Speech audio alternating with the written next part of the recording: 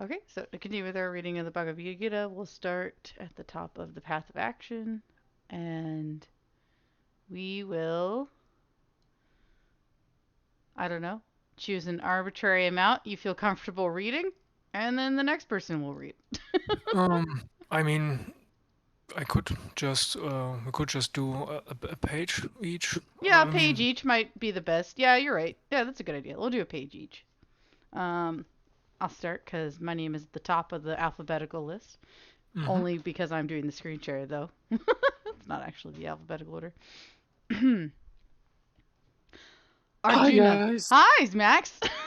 I Welcome can to book only, club. I can Uh, only stay around for a little bit, but I'll okay, be here until I can't be. no worries.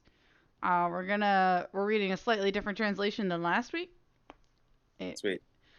and we're gonna do a page each because that just feels right. I can dig it. Arjuna questioned, "My lord, if wisdom is above action, why dost thou advise me to engage in this terrible fight? Thy language perplexes me and confuses my reason. Therefore, please tell me the only way by which I may, without doubt, secure my spiritual welfare." Lord Sri Krishna replied, "In this world, as I have said, there is a twofold path. O sinless one, there is the path of wisdom for those who meditate and the path of action for those who work. No man can attain freedom from the activity by refraining from action, nor can he reach perfection by merely refusing to act. He cannot even for a moment remain really inactive, for the qualities of nature will compel him to act whether he will or no. He who I just remains. Hmm? can I interrupt real quick on that Yeah. one? Yeah. What they're doing here is they are addressing Jainism, Oh, okay. because Jainism is fully about like Mm-hmm. pacifist, non-active, basically just sit still, and that's the most enlightened position you can attain, is Ah. rotting away into nothingness. You don't interfere with anything. Mm-hmm. So that's what they're addressing with this. Okay. That makes sense. I like the concept of there being two paths that Krishna talks about as far Mm-hmm. as action versus like work or meditate. Right. Oh, where did I got distracted when you talked. Forgot where I left off. He Well, remains motionless, I think. Oh, okay. He who remains motionless, refusing to act, but all the while brooding over sensuous object, that deluded soul is simply a hypocrite. But, O Arjuna, all honor to him whose mind controls his senses, for he is thereby beginning to practice karma yoga, the path of right action, keeping himself always unattached. Do thy duty as prescribed, for action for duty's sake is superior to inaction. Even the maintenance of the body would be impossible if man remained inactive. In this world, people are fettered by action unless it is performed as a sacrifice. Therefore, O Arjuna, let thy acts be done without attachment, as sacrifice only. In the beginning, when God created all beings by the sacrifice of himself, he said unto them, through sacrifice you can procreate, and it shall satisfy all your desires. Worship the powers of nature thereby, and let them nourish you in return. Thus supporting each other, you shall attain your highest welfare. For, fed on sacrifice, nature will give you all the enjoyment you can desire. But he who enjoys what she gives without returning is, indeed, a robber. Ooh, that's an intense statement. The sages who enjoy the food that remains after the sacrifice is made are freed from all sin, but the selfish who spread their feast only for themselves feed on sin only. Ooh. All the creatures are the product of food. Food is the product of rain. Rain comes by sacrifice, and sacrifice is the noblest form of action. All action originates in the Supreme Spirit, which is imperishable, and in sacrificial action, the all pervading Spirit is consciously present. Thus, he who does not help the revolving wheel of sacrifice, but instead leads a sinful life, rejoicing in the gratification of his senses, O Arjuna, he breathes in vain. Wow. So intense. This is a very incredibly strong opinion of those who just sit around and do nothing. Yeah. A very strong opinion. Okay, it's Ben's turn. On the other hand, the soul who meditates on the self is content to serve the self and rests satisfied within the self. There remains nothing more for him to accomplish. He has nothing to gain by the performance or non-performance of action. His welfare depends not on any contribution that an earthly creature can make. Therefore do thy duty perfectly, without care for the results, for he who does his duty disinterestedly attains the supreme. King Janaka and others attained perfection through action alone. Even for the sake of enlightening the world, it is thy duty to act. For whatever a great man does, others imitate.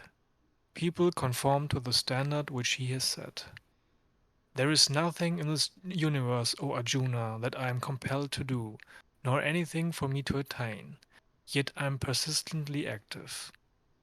For were I not to act without ceasing, O Prince, people would be glad to do otherwise. And if I were to refrain from action, the human race would be ruined. I should lead the world to chaos, and destruction would follow. As the ignorant act because of their fondness for action, so should the wise act without such attachment, fixing their eyes, O Arjuna, only on the welfare of the world.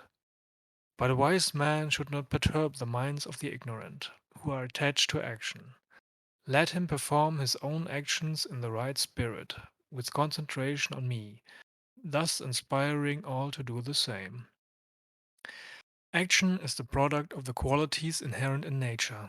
It is only the ignorant man who, misled by a personal egotism, says, I am the doer. But he, O Mighty One, who understands correctly the relation of the qualities to action, is not attached to the act, for he perceives that it is merely the action and reaction of the qualities among themselves. Those who do not understand the qualities are interested in the act. Still, the wise man who knows the truth should not disturb the mind of him who does not. Therefore, surrendering thy actions unto me, thy thoughts concentrated on the Absolute, free from selfishness and without anticipation of reward, with mind devoid of excitement, begin thou to fight. Those who always act in accordance with my precepts, firm in faith and without cavilling, they too are freed from the bondage of action. But they who ridicule my word and do not keep it are ignorant, devoid of wisdom and blind. They seek but their own destruction. Even the wise man acts in character with his nature. Indeed, all creatures act according to their natures. What is the use of compulsion then? This is very dense, but I Yeah. like it. And I think we skipped quite a bit, I feel, from where we left off the last time. I had Did we? a bit of a hard time finding where we are in my own Oh, general okay. I'm translation. sorry. I think we might have missed part of the end of the second section, I'm thinking. I don't know. That's Because we were possible. in the second section while we were reading through it the first time. I just don't know where we would have left off. So it was like, it was easier just to pick three and start there. I'm sorry. Yeah, no, I mean, This is still it's good stuff. I like this section. I like some of the stuff they talk about. probably okay, yeah. All right. Oh no. Max gets the short page. Oh no. The love and hate which are aroused by the objects of sense arise from nature. Do not yield to them. They will only obstruct the path. It is better to do thine own duty, however lacking in merit, than to do that of another, even though efficiently. It is better to die doing one's own duty, for to do the duty of another is fraught with danger. You'd think that danger is less than death, but all right. Hmm. Arjuna asked, "My lord, tell me, what is it that drives a man to sin, even against his will and as if by compulsion?" Lord Sri Krishna, It is desire. It is aversion, born of passion. Desire consumes and corrupts everything. It is man's greatest enemy. As fire is shrouded in smoke, a mirror by dust, and a child by the womb, so is the universe enveloped in desire. It is the wise man's constant enemy. It tarnishes the face of wisdom. It is as insatiable as the flame of fire. It works through the senses, the mind, and the reason, and with their help destroys wisdom and confounds the soul. Therefore, O Arjuna, first control thy senses, and then slay desire, for it is full of sin, and it is the destroyer of knowledge and of wisdom. It is said that the senses are powerful, but beyond the senses is the mind. Beyond the mind is the intellect, and beyond and greater than intellect is he. Thus, O mighty in arms, knowing him to be beyond the intellect and by his help, subduing thy personal egotism, kill thine enemy, desire, extremely difficult though it be. Thus, in the holy book, the Bhagavad Gita, one of the Upanishads, and the science of the supreme spirit, and the art of self-knowledge, and the wait, what's that? In the colloquy between the Divine Lord, Sri Krishna, and the Prince Arjuna, as the third chapter entitled Karma Yoga or the Path of Action. There you go. Yep. So this is also covering dualism Mm-hmm. and a big part of the Hindu path of surrender. Mm-hmm. So I like how they're approaching it as just like, here's a conversation, whereas my interface with it is usually like, here's a philosophical treatise or something. Like, this is way better. Yeah. I've always liked that about it, of it being a conversation, right? Of Mm-hmm. the going back and forth of like, I have a question. Well, let me tell you about your question. We are people coming in and out. Right? Oh, So yeah, man, where did Avery go? yeah. It seems, basically, we seem to have skipped basically the complete second chapter. Oh. Only now I found, now that we are at the end of the third chapter, that I have actually found where we are. Okay. Okay, so, yeah. Boom, boom, boom, boom. Desire is bad. Get rid of desire. Ben's taking notes. Desire, bad. Underlines it twice. Desire, bad. Make a note. Just put that on the fridge. Well, and so this is the part of the Bhagavad Gita where I think you really start to. I mean, I see it in other parts as well, but where you can start to see some parallels between this realm of thought and the common Buddhist realm of thought. I think obviously some of it's different, but I often see a lot of parallels myself. I might be wrong. I don't know. I think you're right, Roro. Or you're not Roro, damn. Des. Who's Roro? Who dat?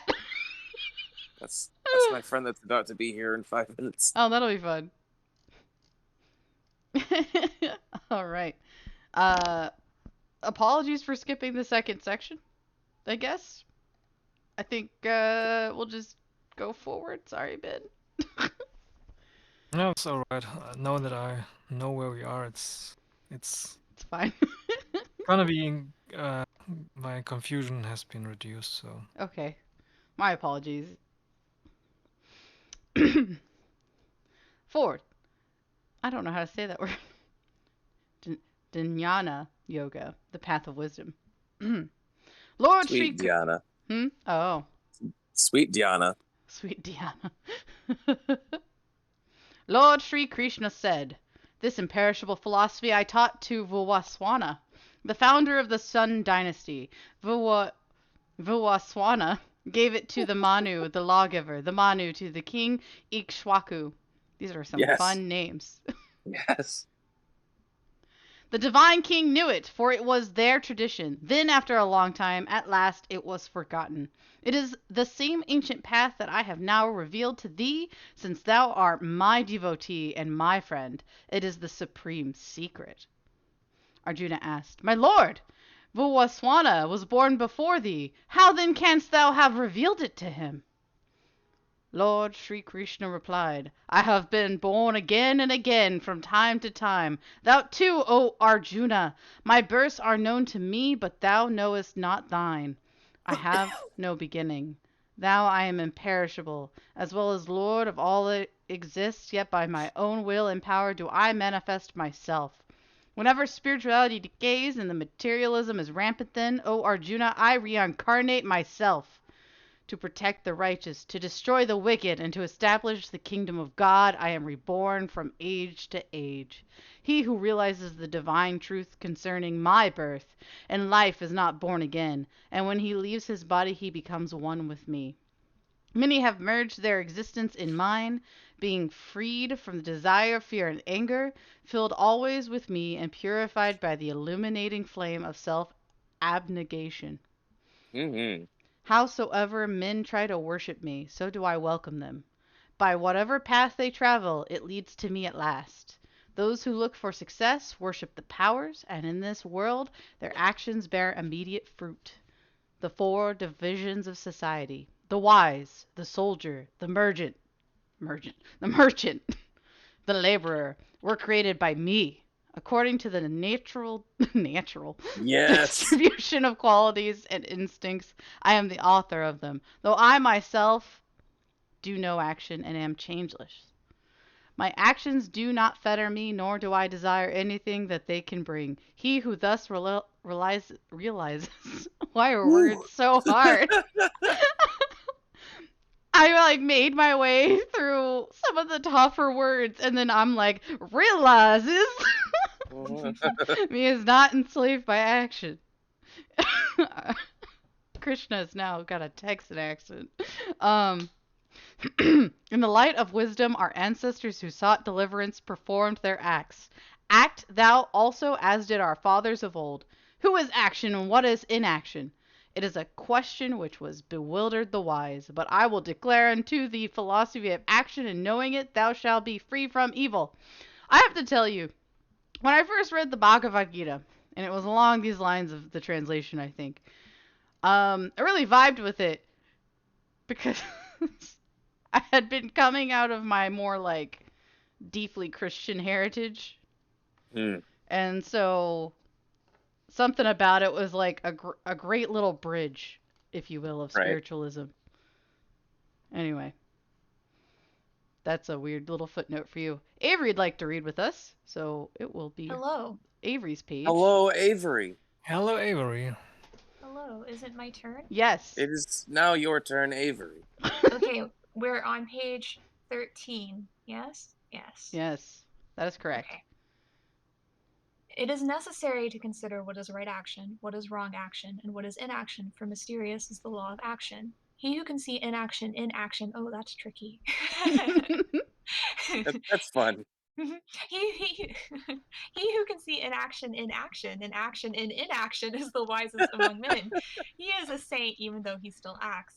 The wise call him a sage, for whatever he undertakes is free from the motive of desire, and his deeds are purified by the fire of wisdom. Having surrendered all claim to the results of his actions, always contented and independent, in reality he does nothing even though he is apparently acting. Expecting nothing, his mind and personality controlled, without greed, doing bodily actions only. Though he acts, yet he remains untainted.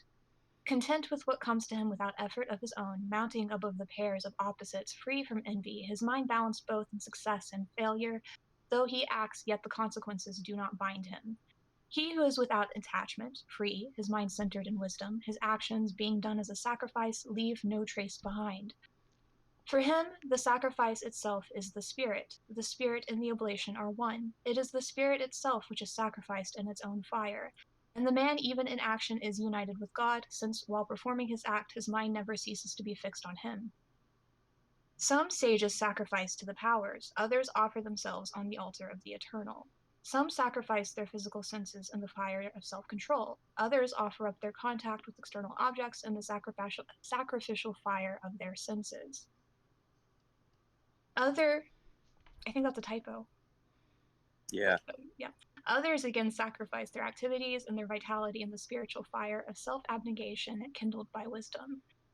And yet others offer as their sacrifice wealth, austerities, and meditation. Monks wedded to their vows renounce their scriptural learning and even their spiritual powers. There are some who practice control of the vital energy and govern the subtle forces of prana and apana, thereby sacrificing their prana unto apana or their apana unto prana. Others, controlling their diet, sacrifice their worldly life to the spiritual fire. All understand the principle of sacrifice, and by its means, their sins are washed away. Tasting the nectar of immortality as the reward of sacrifice, they reach the eternal. This world is not for those who refuse to sacrifice, much less the other world. In this way, other sacrifices too may be undergone for the Spirit's sake. Know thou that they all depend on action. Knowing this, thou shalt be free. The sacrifice of wisdom is superior to any material sacrifice, for, O Arjuna, the climax of action is always realization. Dun dun dun. That's pretty neat section. I like it. Yeah.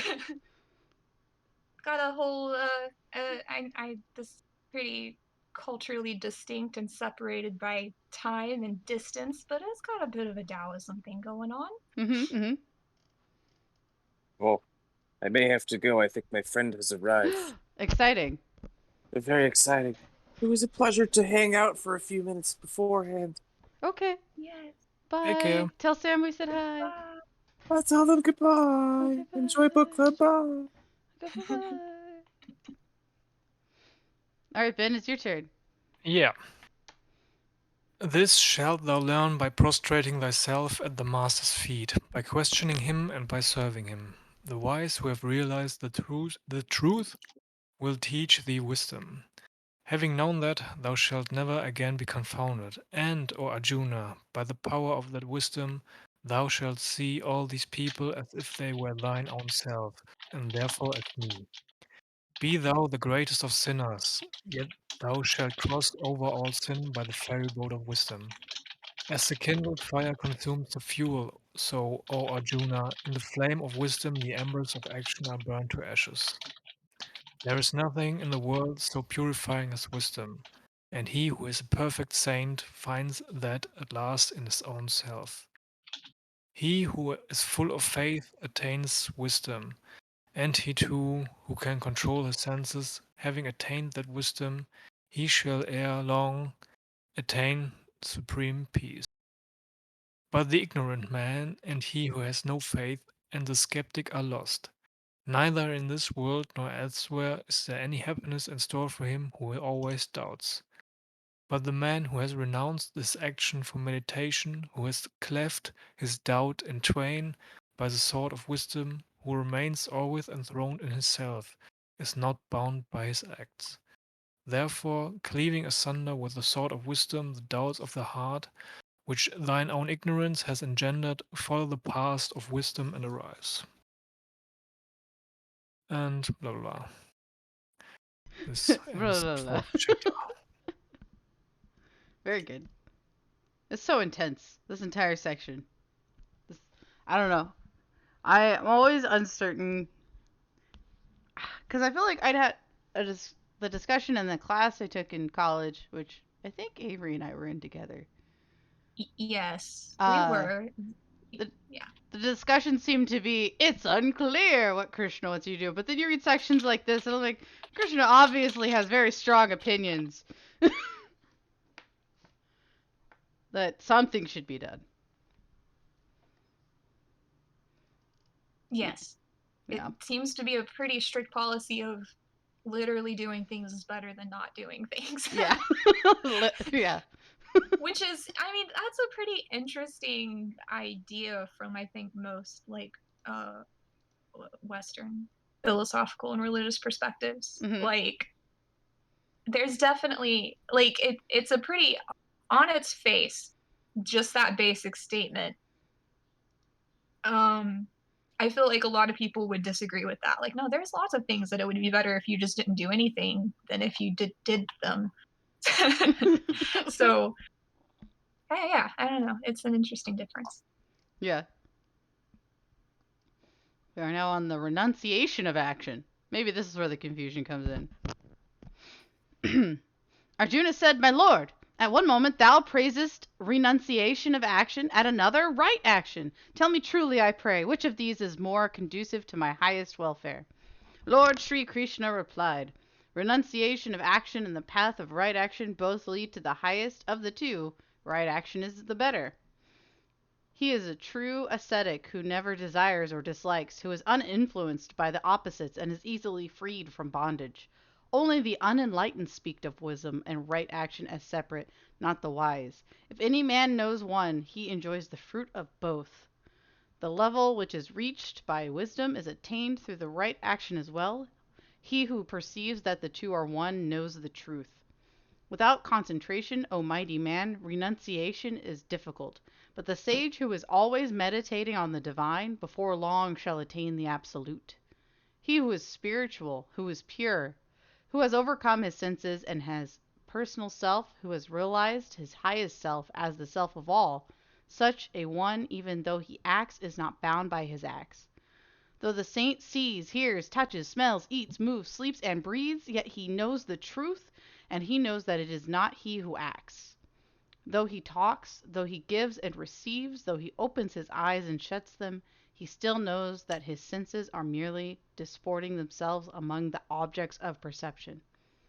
He who dedicates his actions to the spirit, without any personal attachment to them, he is no more tainted by sin than the water lily is wetted by water. The sage performs his action dispassionately, using his body, mind, and intellect, and even his senses, always as a means of purification. Having abandoned the fruit of action, he wins eternal peace. Others, unacquainted with spirituality, led by desire and clinging to the benefit with which they think will follow, their actions become entangled in them. Mentally renouncing all actions, the self-controlled soul enjoys bliss in this body, the city of the 9 gates, neither doing anything himself nor causing anything to be done. The Lord of this universe has not ordained activity, or any incentive thereto, or any relation between an act and its consequences. All this is the work of nature. The Lord does not accept responsibility for any man's sin or merit. Men are deluded because in them wisdom is submerged in ignorance. There's a lot of thoughts going on on this page. Yeah. Avery. Okay.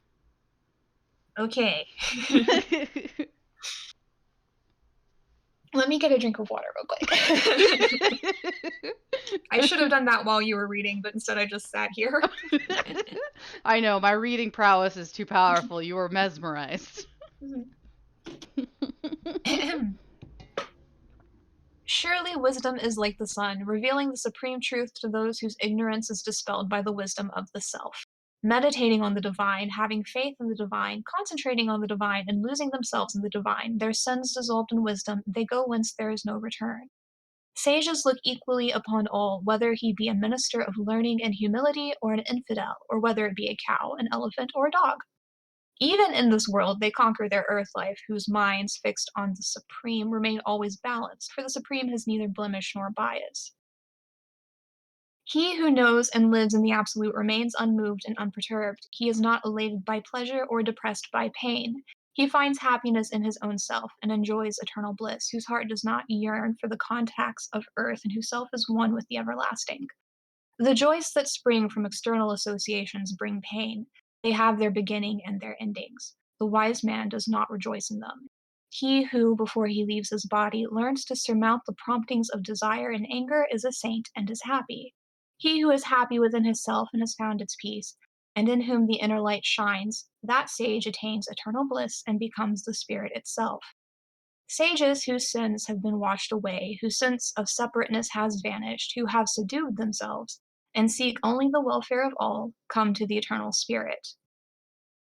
Saints who know their selves, who control their minds, and feel neither desire nor anger, find eternal bliss everywhere.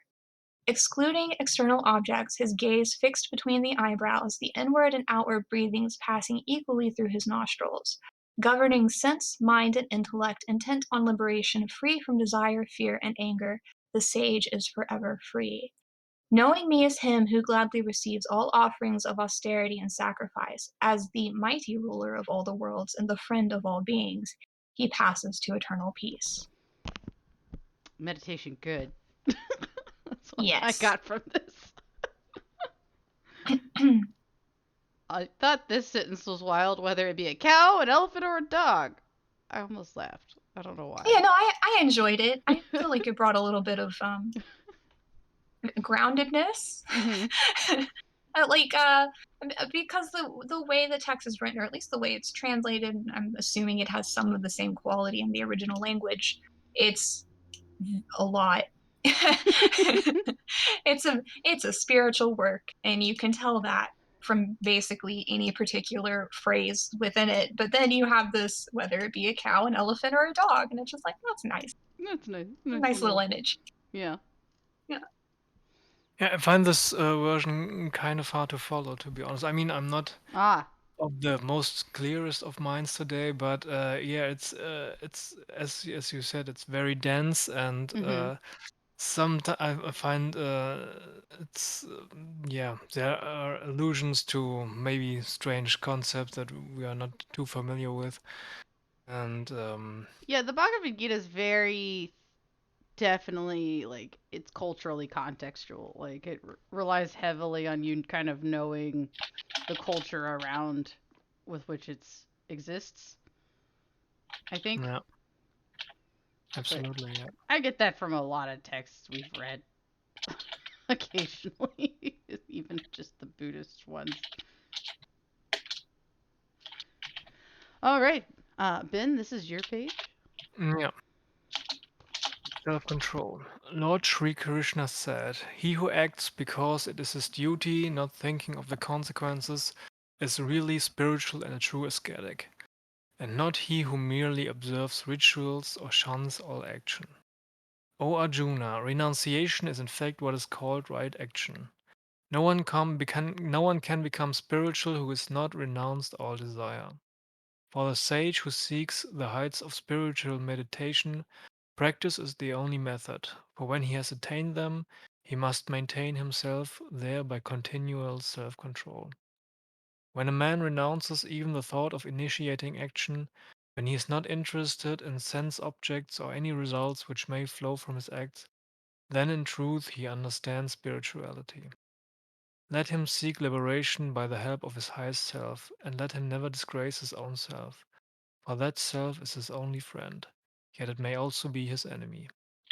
To him who has conquered his lower nature by its help, the self is a friend, but to him who has not done so, it is an enemy. The self of him who is self controlled and has attained peace is equally unmoved by heat or cold, pleasure or pain, honor or dishonor. He who desires nothing but wisdom and spiritual insight, who has conquered his senses and who looks with the same eye upon a lump of earth, a stone, or fine gold, is a real saint. He looks impartially on all, lover, friend, or foe, indifferent or hostile, alien or relative, virtuous or sinful. Let the student of spirituality try unceasingly to concentrate his mind. Let him live in seclusion, absolutely alone, with mind and personality controlled, free from desire and without possessions. Having chosen a holy place, let him sit in a firm posture on a seat, neither too high nor too low, and covered with a grass mat, a deer skin, and a cloth.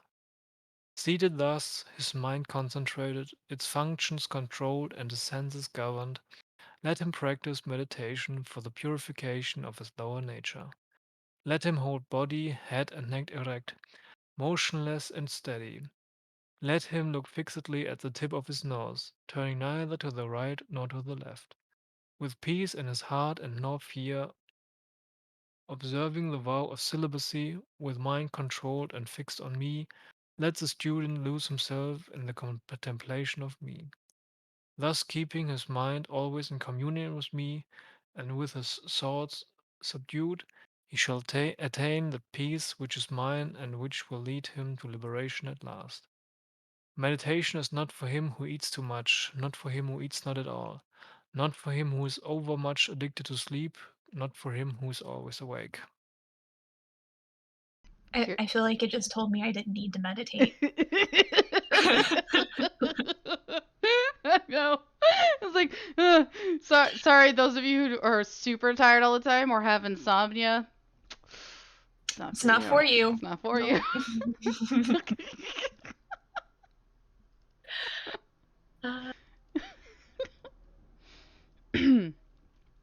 But for him who regulates his food and recreation, who is balanced in action, in sleep, and in waking, it shall dispel all unhappiness. When the mind, completely controlled, is centered in the self and free from all earthly desires, then is the man truly spiritual.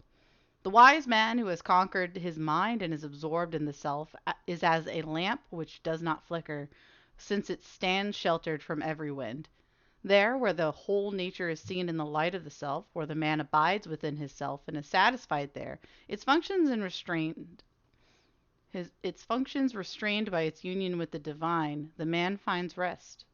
When he enjoys the bliss which passes sense, and which only the pure intellect can grasp, when he comes to rest within his own highest self, never again will he stray from reality. Finding that, he will realize that there is no possession so precious, and then once established there, no calamity can disturb him.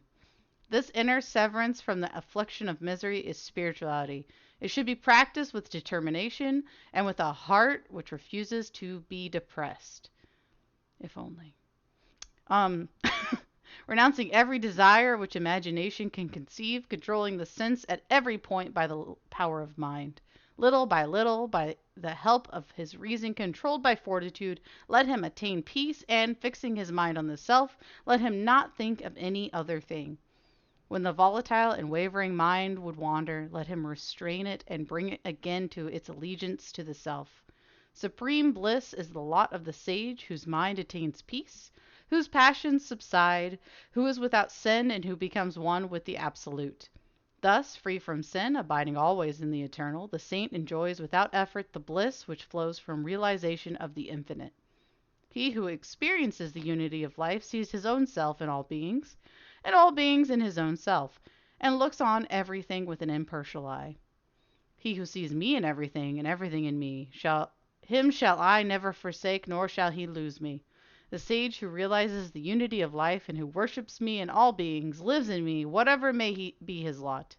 O Arjuna, he is the perfect saint who, taught by the likeness with himself, sees the same self everywhere, whether the outer form be pleasurable or painful.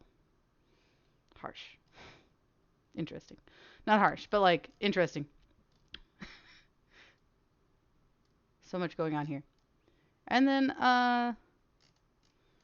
Arjuna. I'll let you start with Arjuna's part because I think it'd be weird if I read that first sentence and then. Okay. All right. I don't know how much commentary or like discussion y'all would normally do while reading. So I don't necessarily want to get too off on a tangent if that would be No, structurally this is great. weird. If you have things to say, absolutely, please. Okay, well, this is still pretty light. It's pretty tangential, but for some reason, this page in particular, the whole thing has had that spiritual text vibe to it, and I just makes me think about how that's got to be intentional on the part of the translator if the translation is very recent at all. You know, like there's no rule saying that you have to translate a spiritual text written in another language in a way that makes it sound kind of like the Bible. But it still ends up happening a lot. Yes. Like you end up with different constructions and stuff where it's just like, yeah, this is formal and grammatically weird compared to modern English and just yeah. Anyway.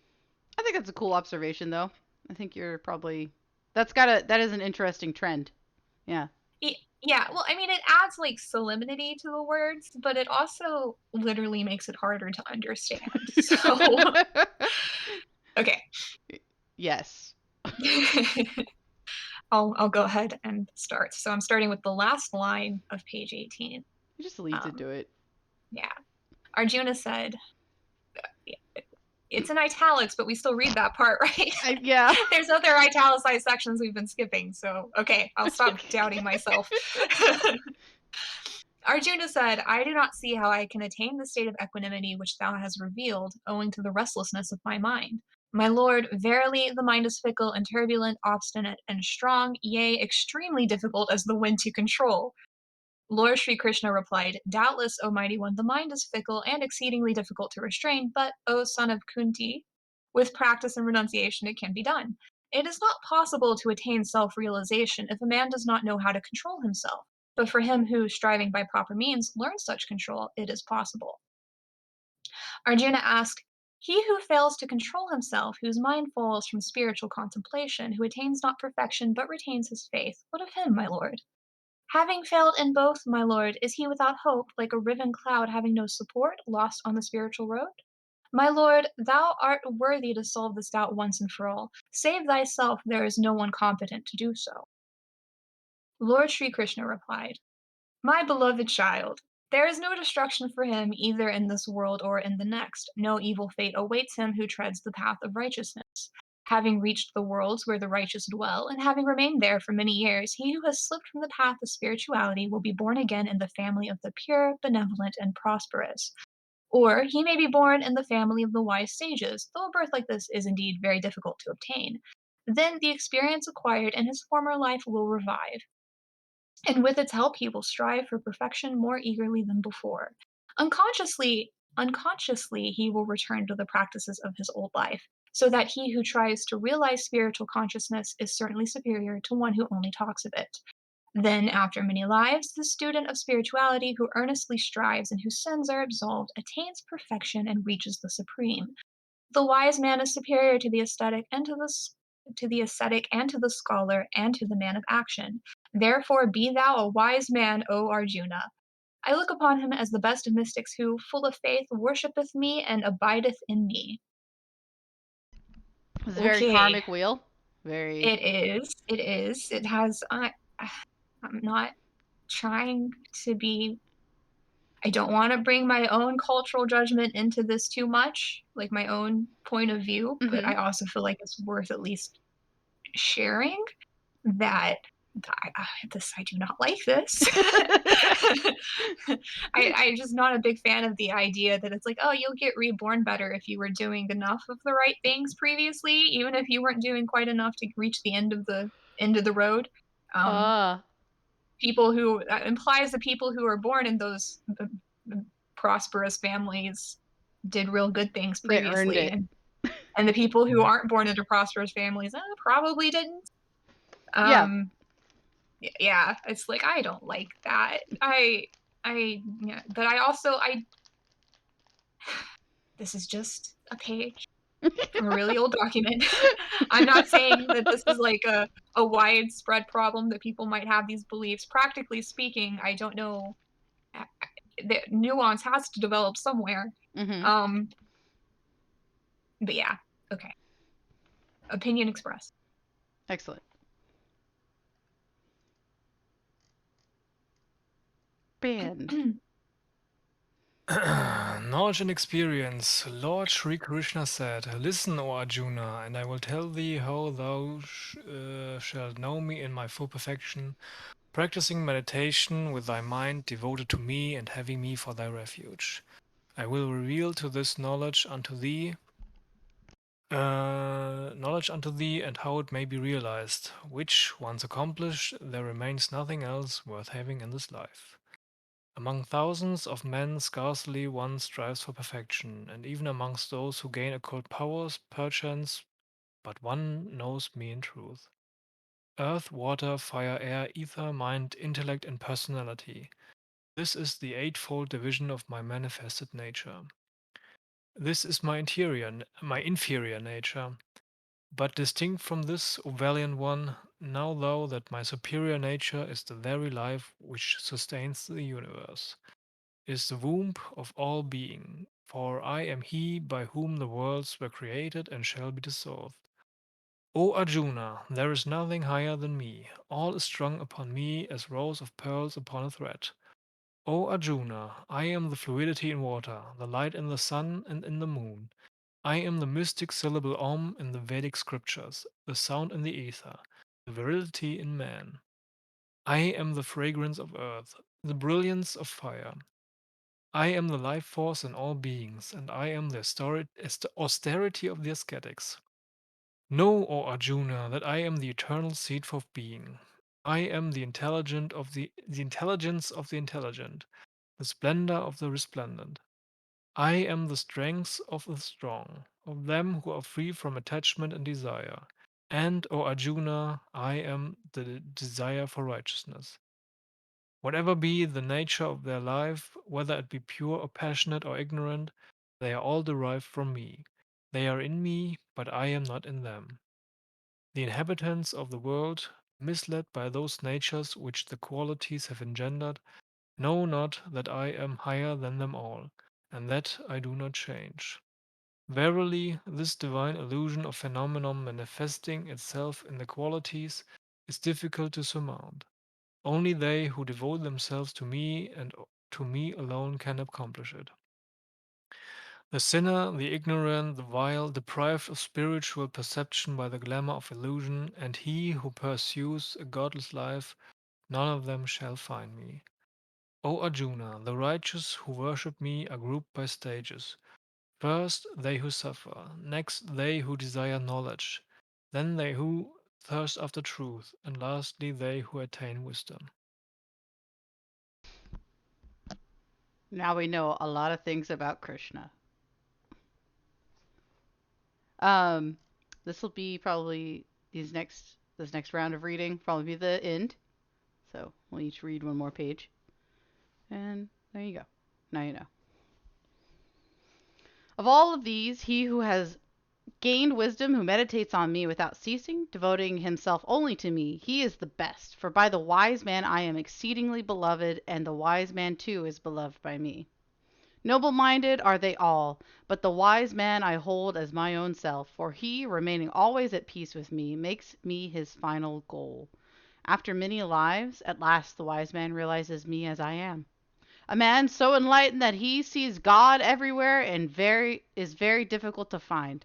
They in whom wisdom is obscured by one desire or the other worship the lesser powers, practicing many rites which vary according to their temperaments. But whatever the form of worship, if the devotee have faith, then upon his faith in that worship do I set my own seal. If he worships one form alone with real faith, then shall his desires be fulfilled through that only, for ordained. Thus have I ordained. The fruit that comes to men of limited insight is, after all, finite. They who worship the lower powers attain them, but those who worship me come unto me alone. The ignorant think of me, who am the unmanifested spirit, as if I were really in human form. They do not understand that my superior nature is changeless and most excellent. I am not visible to all, for I am enveloped by the illusion of phenomenon. This deluded world does not know me as the unborn and the imperishable. I know, O Arjuna, all beings in the past, the present, and the future, but they do not know me. O brave Arjuna, man lives in a fairy world, deceived by the glamour of opposite sensations, infatuated by desire and aversion. But those who act righteously, in whom sin has been destroyed, who are free from the infatuation of the conflicting emotions, they worship me with firm resolution.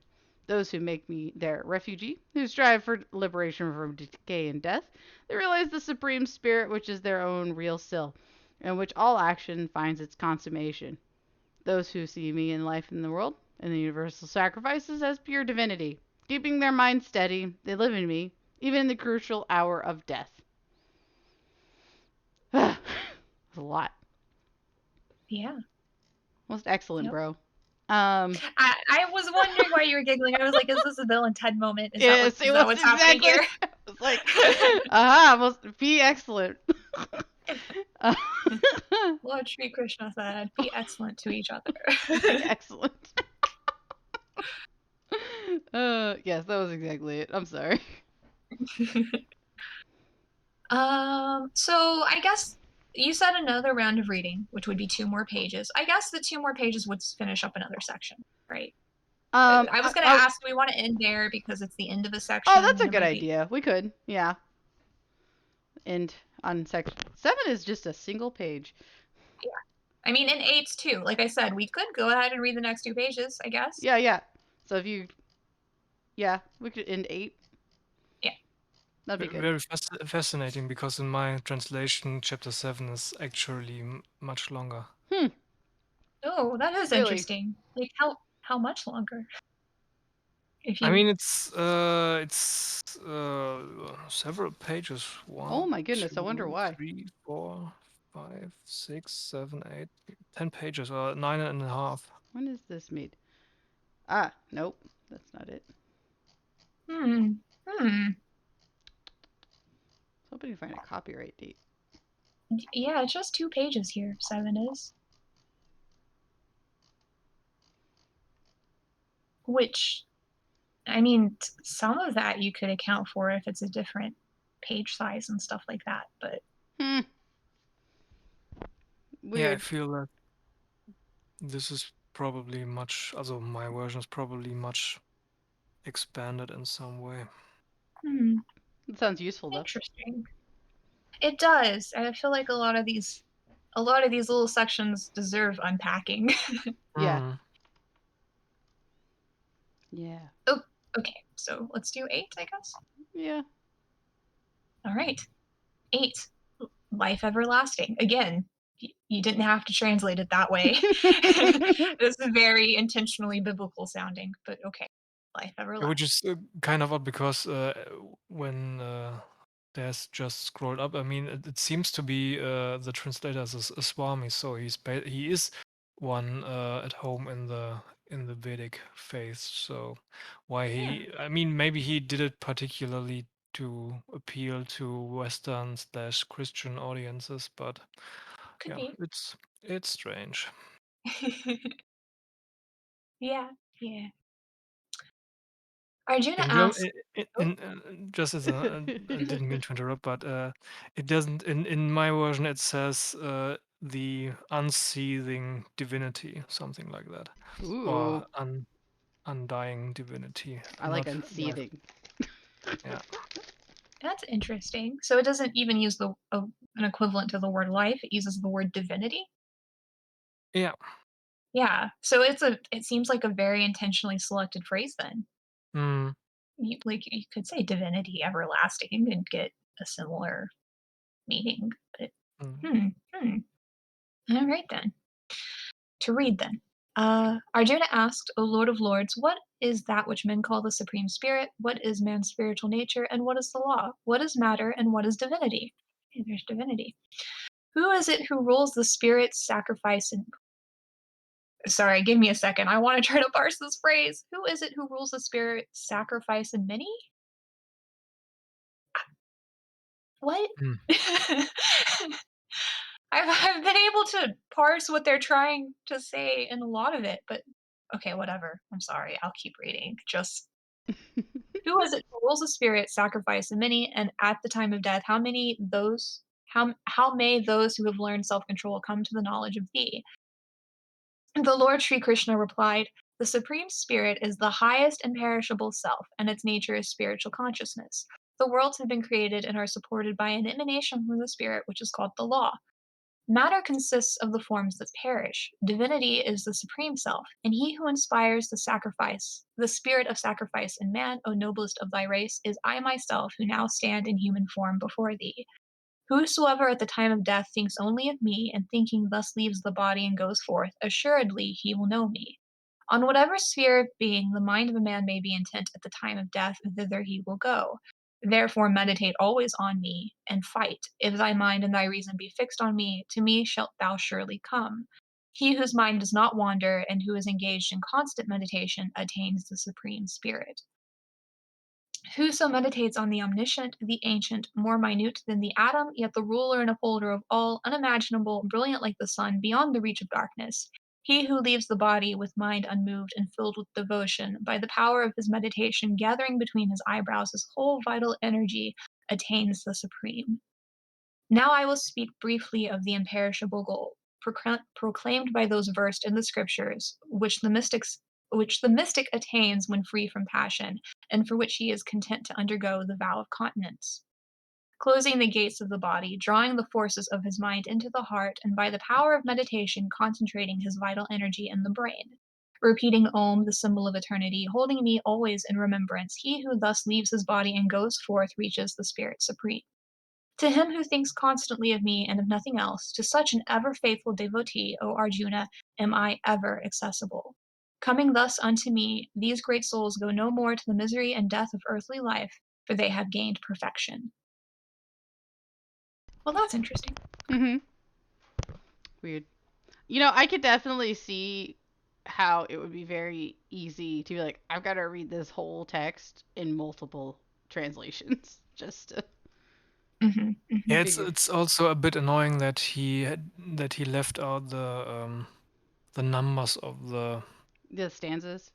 the stanzas. Yeah, that makes it kind of hard to compare. Mhm. Not as easy to go one to one, like, stanza 240 was translated this way or something. Yeah. Yeah.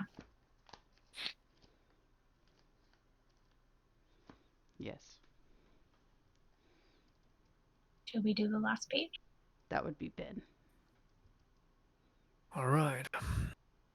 The worlds with the whole realm of creation come and go, but O Arjuna, whoso comes to me, for him there is no rebirth. Those who understand the cosmic day and cosmic night know that one day of creation is 1,000 cycles, and the night is of equal length.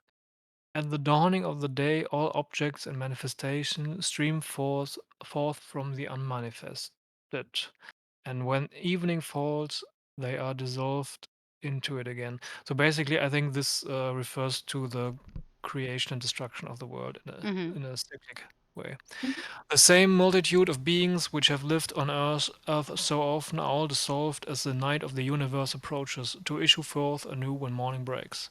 Thus is it ordained. In truth, therefore, there is the eternal unmanifest, which is beyond and above the unmanifest spirit of creation, which is never destroyed when all these beings perish.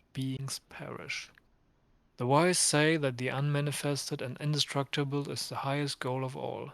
When once that is reached, there is no return. That is my blessed home.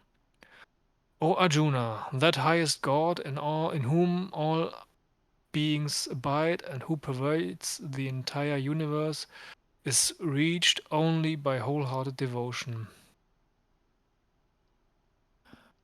The following material between the asterisks is an example of what may be a doctored inclusion. It does not jibe with the rest of the material because it is not presented as metaphor and clearly implies that worldly phenomena are spiritually determining. Maybe it was added by an individual or individuals who were less cognizant than the originating author, or maybe was craftily inserted to function as a sort of litmus test. Those who get taken in by it may be recognized as not having spiritual discernment. Hmm. Interesting. No, I will tell thee, O Arjuna, of the times at which, if the mystics go forth, they do not return, and at which they go forth only to return. If knowing the Supreme Spirit, the sage goes forth with fire and light in the daytime, in the fortnight of the waxing moon, and in the 6 months before the northern summer solstice, he will attain the Supreme. But if he departs in gloom at night during the fortnight of the waning moon and in the 6 months before the southern solstice, then he reaches but lunar light and he will be born again. These bright and dark paths out of the world have always existed. Whoso takes the former returns not. He who chooses the latter returns. O Arjuna, the saint, knowing these paths, is not confused. Therefore meditate perpetually. The sage who knows this passes beyond all merit that comes from the study of the scriptures, from sacrifice, from austerities and charity, and reaches the supreme primeval abode. I wonder what about the original language in that asterisk area made it be like, this is literal instead of metaphorical versus everything else we've been reading. Well, I mean, at least in the translation, it's like giving you this very detailed, here's actions you can take to be reborn again or not. Mhm. Like, it feels a lot like the description of a spell or something, as opposed to the rest of the text, which is like, here, like the meditation stuff is presented as a technique for Mhm. developing focus and stuff, and that makes sense. But here it's just like, hey, if you go out at this time of year, and it also just says depart, which is like, wait, what do you mean? You just like walk away Just wherever you walk. are, just keep going. But it's like very specific. And so Mhm. I think even in the translation, you still get like, this seems different. Yeah, that's fair. That's fair. I don't know if it's like, I don't know to what extent it would be more different in the original. Like, I'm sure there's things lost in translation, but like, Yeah. yeah, very weird. I think I don't know. Like, it's interesting having the italicized explanation before the asterisk section. Because it's like, if I were reading this without that, I don't know if I would notice a difference. That's just Exactly. because we're not spiritually discerning. Oh, yeah, you're right. I mean, it's already said meditation's not for me. And Yeah, like, that's true. I don't sleep well enough. Yeah. It's like, oh, dang it. Dang it. All this time. Wasted. Yeah. There we go. That's that reading part of the Bhagavad Gita. To answer something you asked earlier, but I don't think I really addressed, the Bhagavad Gita is the first book we've really been reading like this in book club. Usually we read ahead of time and then just kind of go through them more as a skim and kind of talk about stuff. And it's much more heavy on the discussion and less on the reading. Okay. Well, this is a fun text to read out loud. Yeah. Because it feels so like solemn and portentous a lot of the time. It does. It reminds me. I mean, partially taking turns reading like this reminds me of school. Yeah. But it also kind of reminds me. I don't know. Again, I say it reminds me of the Bible because it does. It has turns of phrase that are incredibly biblical. Like, whosoever at the time of death thinks only of me. And it's just like, yeah, that's. Someone could tell me that was from the Bible, and I would not immediately be like, no, that's from the Bhagavad Gita. Yeah. So I'll try not to get.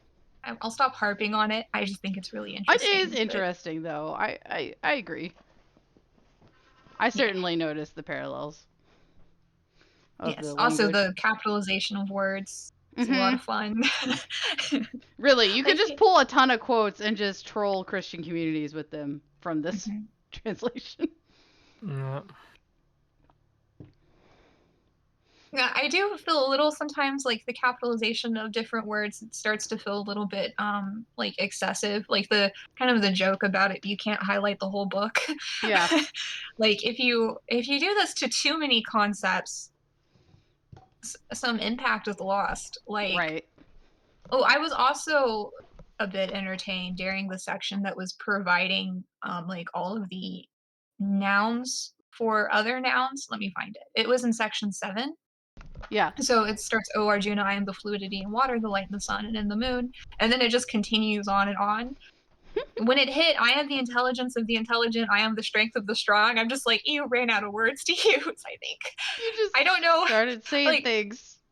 Yeah, it's like you had like some interesting distinction between the concepts, like fluidity and water. Like, yeah, fluidity is a quality of water, but it's not the quality of water necessarily. Like light in the sun and the moon. Like, these are notable qualities of these things, but they're not literally another noun form of the same root. Yeah. Whereas I am the intelligence of the intelligent, I am the strength of the strong. It's like, well, those are the same word, basically. Yeah. I don't know what I'm. You're just using the word in the definition, and that doesn't work. Yeah. I mean, I don't know. Of course, I'm focused on stuff like this. I think And it's I an don't want to interesting get distracted perspective. from like any of the spiritual niceness, like anything that's useful to take away spiritually. For any, I just think both things are interesting to take away yeah. and to consider while reading such a Mhm. text, especially if it's not from, I'm going to say, your mother belief system. I'm not really your Your Yeah. own cultural background, yeah. yeah. Yeah. No, it's interesting.